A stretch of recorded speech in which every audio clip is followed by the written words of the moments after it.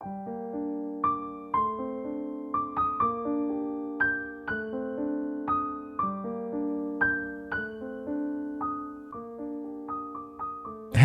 and welcome to Bitesized Audio on YouTube. I'm Simon Stanhope, actor, audiobook narrator, and curator of this channel. On the channel you can hear my narrations, more than 100 to date, and more to come, of classic short stories, mostly from the Victorian and Edwardian eras, including vintage ghost stories, detective stories, and other classic tales of mystery and suspense. To accompany the narrations, I've put a short profile of the authors in the video description, as well as some general background notes on the stories for those who'd like to know more. If you enjoy this content, please hit subscribe, like, share, leave a comment if you'd like to, and thank you for listening.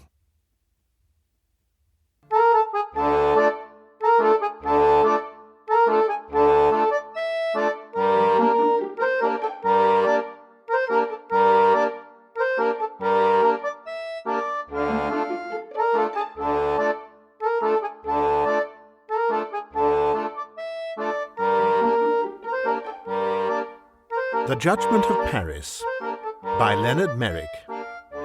Read by Simon Stanhope. In the summer of the memorable year, but the date doesn't matter, Robichon and Quinquart both paid court to Mademoiselle Brouette. Mademoiselle Brouette was a captivating actress. Robichon and Quinquart were the most comic of comedians, and all three were members of the Théâtre Suprême. Robichon was such an idol of the public's that they used to laugh before he uttered the first word of his role, and Quinquart was so vastly popular that his silence threw the audience into convulsions. Professional rivalry apart, the two were good friends, although they were suitors for the same lady, and this was doubtless due to the fact that the lady favoured the robust Robichon no more than she favoured the skinny Quinquart. She flirted with them equally. She approved them equally, and at last, when each of them had plagued her beyond endurance, she promised in a pet that she would marry the one that was the better actor. Tiens, not a player on the stage, not a critic on the press, could quite make up his mind which the better actor was. Only Suzanne Brouette could have said anything so tantalizing. "But how shall we decide the point, Suzanne?" stammered Robichon helplessly. "Whose pronouncement will you accept?" "How can the question be settled?" queried Quinquart, dismayed. "Who shall be the judge?" "Paris shall be the judge," affirmed Suzanne. "We are the servants of the public. I will take the public's word." Of course, she was as pretty as a picture, or she couldn't have done these things. Then poor Quinquart withdrew, plunged in reverie. So did Robichon. Quinquart reflected that she had been talking through her expensive hat. Robichon was of the same opinion. The public lauded them both, was no less generous to one than to the other. To wait for the Judgement of Paris appeared equivalent to postponing the matter sine die. No way out presented itself to Quinquart. None occurred to Robichon. "Mon vieux," said the latter, as they sat on the terrace of their favourite café a day or two before the annual vacation, "let us discuss this amicably. Have a cigarette. You are an actor, therefore you consider yourself more talented than I. I, too, am an actor, therefore I regard you as less gifted than myself. So much for our artistic standpoints. But we are also men of the world, and it must be obvious to both of us that we might go on being funny until we reached our deathbeds, without demonstrating the supremacy of either. Enfin, our only hope lies in versatility. The conqueror must distinguish himself in a solemn part." He viewed the other with complacence, for the quaint Quinquart had been designed for a droll by nature. "Right," said Quinquart. He contemplated his colleague with satisfaction, for it was impossible to fancy the fat Robichon in tragedy. "I perceive only one drawback to the plan," continued Robichon. "The management will never consent to accord us a chance. Is it not always so in the theatre? One succeeds in a certain line of business, and one must be resigned to play that line as long as one lives. If my earliest success had been scored as a villain of melodrama, it would be believed that I was competent to enact nothing but villains of melodrama. It happened that I made a hit as a comedian, wherefore nobody will credit that I am capable of anything but being comic." "Same here," concurred Quinquart. "Well, then, what do you propose?" Robichon mused. "Since we shall not be allowed to do ourselves justice on the stage, we must find an opportunity off it. A private performance, good. Yet, if it is a private performance, how is Paris to be the judge?" "Ah," murmured Robichon, "that is certainly a stumbling block." They sipped their aperitifs moodily. Many heads were turned towards the little table where they sat. "Oh, there are Quinquart and Robichon. How amusing they always are," said passers-by, little guessing the anxiety at the laughter-makers' hearts. "What's to be done?" sighed Quinquart at last. Robichon shrugged his fat shoulders with a frown. Both were too absorbed to notice that, after a glance of recognition, one of the pedestrians had paused and was still regarding them irresolutely. He was a tall, burly man, habited in a rusty black, and the next moment, as if finding courage, he stepped forward and spoke. "Gentlemen, I ask pardon for the liberty I take. Impulse urges me to seek your professional advice. I am in a position to pay a moderate fee.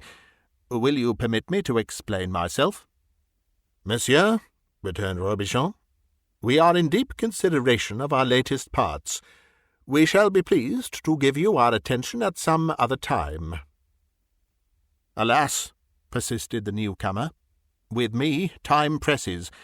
I, too, am considering my latest part, and it will be the only speaking part I have ever played, though I have been appearing for 20 years. "What? You have been a super for 20 years?" said Quinquart with a grimace. "No, monsieur," replied the stranger grimly. "I have been the public executioner, and I am going to lecture on the horrors of the post I have resigned." The two comedians stared at him aghast. Across the sunlit terrace seemed to have fallen the black shadow of the guillotine. "I am Jacques Roux," the man went on. "I am trying it on the dog at Abbeville-sous-Bois next week, and I have what you gentlemen call stage fright. I, who never knew what nervousness meant before. Is it not queer? As often as I rehearse walking onto the platform, I feel myself to be all arms and legs. I don't know what to do with them. Formerly I scarcely remembered my arms and legs, but of course my attention used to be engaged by the other fellow's head. Well, it struck me that you might consent to give me a few hints in deportment. Probably one lesson would suffice." "Sit down," said Robichon. "Why did you abandon your official position?" "Because I awakened to the truth," Roux answered. "I no longer agree with capital punishment. It is a crime that should be abolished." "The scruples of conscience here?" "That is it." "Fine," said Robichon. "What dramatic lines such a lecture might contain. And of what is it to consist?" "It is to consist of the history of my life, my youth, my poverty, my experiences as executioner, and my remorse." "Magnificent," said Robichon. "The spectres of your victims pursue you even to the platform. Your voice fails you, your eyes start from your head in terror. You gasp for mercy, and imagination splashes your outstretched hands with gore.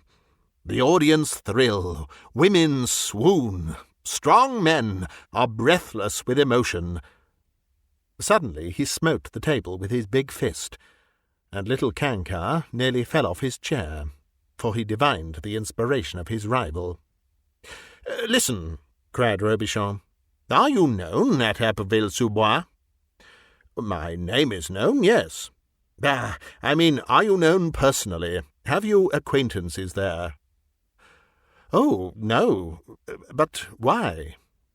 There will be nobody to recognize you? It is very unlikely in such a place. What do you estimate that your profits will amount to? It is only a small hall, and the prices are cheap. Perhaps 250 francs. And you are nervous. You would like to postpone your debut. Well, I should not be sorry, I admit. But again, why? I will tell you why. I offer you 500 francs to let me take your place. Monsieur! Is it a bargain? I do not understand. I have a whim to figure in a solemn part. You can explain next day that you missed your train, that you were ill. There are a dozen explanations that can be made. You will not be supposed to know that I personated you. The responsibility for that is mine. What do you say? It is worth double the money, demurred the man. Not a bit of it. All the press will shout the story of my practical joke. Paris will be astounded that I, Robichon, lectured as Jacques Roux and curdled an audience's blood. Millions will speak of your intended lecture tour, who otherwise would never have heard of it. I am giving you the grandest advertisement, and paying you for it besides. Enfin, I will throw a deportment lesson in. Is it agreed? Agreed, monsieur, said Roux. Oh, the trepidation of Quinquart! Who could eclipse Robichon if his performance of the part equalled his conception of it? At the theatre that evening, Quinquart followed Suzanne about the wings pathetically. He was garbed like a buffoon, but he felt like Romeo. The throng that applauded his capers were far from suspecting the romantic longings under his magenta wig. For the first time in his life, he was thankful that the author hadn't given him more to do. And, oh, the excitement of Robichon! He was to put his powers to a tremendous test, and if he made the effect that he anticipated, he had no fear of Quinquart's going one better. Suzanne, to whom he whispered his project proudly, announced an intention of being present to see the fun. Quinquart also promised to be there. Robichon sat up all night, preparing his lecture. If you wish to know whether Suzanne rejoiced at the prospect of his winning her, history is not definite on the point. But some chroniclers assert that at this period she made more than usual of Quinquart, who had developed a hump as big as the Pantheon. And they all went to Abbeville-sous-Bois. Though no one in the town was likely to know the features of the executioner, it was to be remembered that people there might know the actors, and Robichon had made up to resemble Roux as closely as possible. Arriving at the humble hall, he was greeted by the lessee, heard that a good house was expected, and smoked a cigarette in the retiring room while the audience assembled. At 8 o'clock the lessee reappeared. "All is ready, Monsieur Roux," he said. Robichon rose. He saw Suzanne and Quinquart in the third row, and was tempted to wink at them. "Ladies and gentlemen." All eyes were riveted on him as he began. Even the voice of the executioner exercised a morbid fascination over the crowd. The men nudged their neighbours appreciatively, and women gazed at him, half horrified, half charmed. The opening of his address was quiet enough. There was even a humorous element in it, as he narrated imaginary experiences of his boyhood. People tittered, and then glanced at one another with an apologetic air, as if shocked at such a monster's daring to amuse them. Suzanne whispered to Quinquart, "Too cheerful. He hasn't struck the right note." Quinquart whispered back gloomily, "Wait, he may be playing for the contrast." And Quinquart's assumption was correct. Gradually the cheerfulness faded from the speaker's voice. The humorous incidents were past. Gruesome, hideous grew the anecdotes. The hall shivered. Necks were craned, and white faces twitched suspensively. He dwelt on the agony of the condemned. He recited crimes in detail. He mirrored the last moments before the blade fell. He shrieked his remorse, his lacerating remorse. "I am a murderer," he sobbed, and in the hall one might have heard a pin drop. There was no applause when he finished. That set the seal on his success. He bowed and withdrew amid tense silence. Still none moved in the hall, until, with a rush, the representatives of the press sped forth to proclaim Jacques Roux an unparalleled sensation. The triumph of Robichon. How generous were the congratulations of Quinquart, and how sweet the admiring tributes of Suzanne. And there was another compliment to come, nothing less than a card from the Marquis de Thevenin, requesting an interview at his home. "Ah!" exclaimed Robichon, enravished. "An invitation from a noble. That proves the effect I made, here." "Who may he be?" inquired Quinquart. "I never heard of the Marquis de Thevenin." "It is immaterial whether you have heard of him," replied Robichon. "He is a marquis, and he desires to converse with me. It is an honour that one must appreciate. I shall assuredly go." And, being a bit of a snob, he sought a fiacre in high feather. The drive was short, and when the cab stopped, he was distinctly taken aback to perceive the unpretentious aspect of the nobleman's abode. It was, indeed, nothing better than a lodging. A peasant admitted him, and the room to which he was ushered boasted no warmer hospitality than a couple of candles and a decanter of wine. However, the sconces were massive silver. Monsieur le Marquis, he was informed, had been suddenly compelled to summon his physician, and begged that Monsieur Roux would allow him a few minutes' grace. Robichon ardently admired the candlesticks, but began to think he might have supped more cosily with Suzanne. It was a long time before the door opened. The Marquis de Thevenin was old, so old that he seemed to be falling to pieces as he tottered forward. His skin was yellow and shriveled, his mouth sunken, his hair sparse and grey, and from this weird face peered strange eyes, the eyes of a fanatic. "Monsieur, I owe you many apologies for my delay," he wheezed. "My unaccustomed exertion this evening fatigued me, and on my return from the hall I found it necessary to see my doctor. Your lecture was wonderful, Monsieur Roux, most interesting and instructive. I shall never forget it." Robichon bowed his acknowledgments. "Sit down, Monsieur Roux. Do not stand. Let me offer you some wine. I am forbidden to touch it myself. I am a poor host, but my age must be my excuse."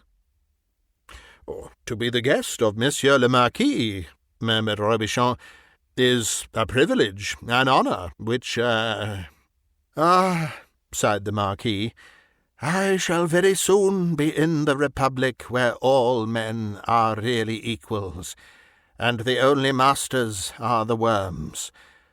My reason for requesting you to come was to speak of your unfortunate experiences, of a certain unfortunate experience in particular. You referred in your lecture to the execution of one called Victor Lesser. He died game here?" "As plucky a soul as I ever dispatched," said Robichon, savouring the Burgundy. "Ah, not a tremor? He strode to the guillotine like a man?" "Like a hero," said Robichon, who knew nothing about him. "That was fine," said the Marquis. "That was as it should be. You have never known a prisoner to die more bravely?" There was a note of pride in his voice that was unmistakable. "I shall always recall his courage with respect," declared Robichon, mystified. "Did you respect it at the time?" "Pardon, Monsieur le Marquis?" "I inquire if you respected it at the time. Did you spare him all needless suffering?" "There is no suffering," said Robichon. "So swift is the knife that—" The host made a gesture of impatience. "I refer to mental suffering. Cannot you realize the emotions of an innocent man condemned to a shameful death?" "Innocent? As for that, they all say that they are innocent." "I do not doubt it. Victor, however, spoke the truth.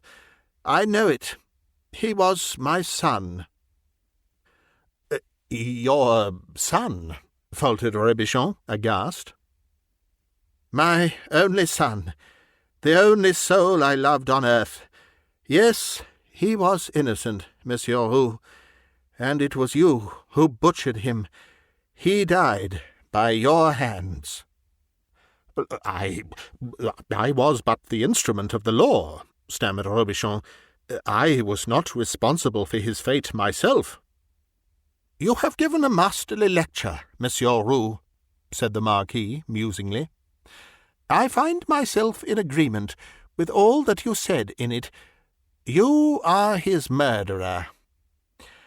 I hope the wine is to your taste, Monsieur Roux.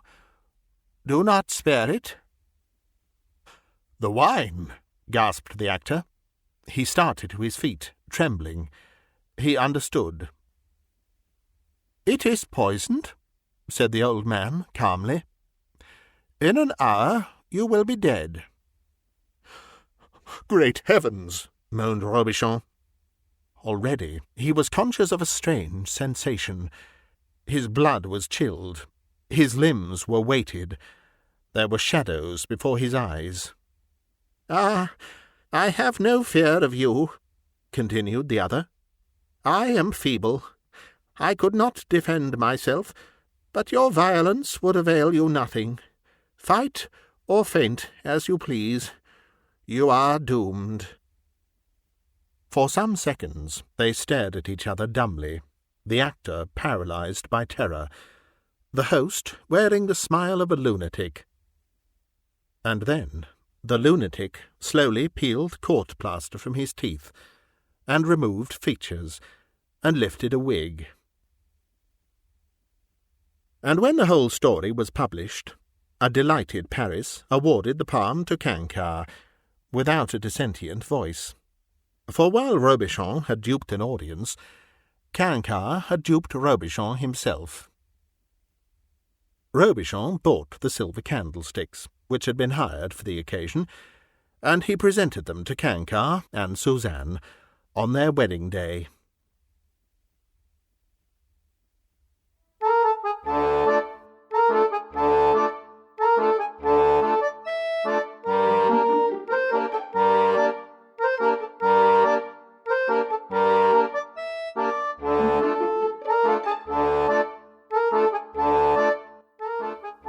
You've been listening to a bite-sized audiobook, read by me, Simon Stanhope. If you enjoy these stories and would like to help me to keep producing new content, you can find links in the video description to my Patreon page, or to buy me a coffee. Another way to support me is through my Bandcamp page, bitesizedaudio.bandcamp.com, where you can hear my narrations of many more classic short stories, as well as purchase and download them to keep. This recording is copyright Bitesized Audio 2024. Thank you for listening.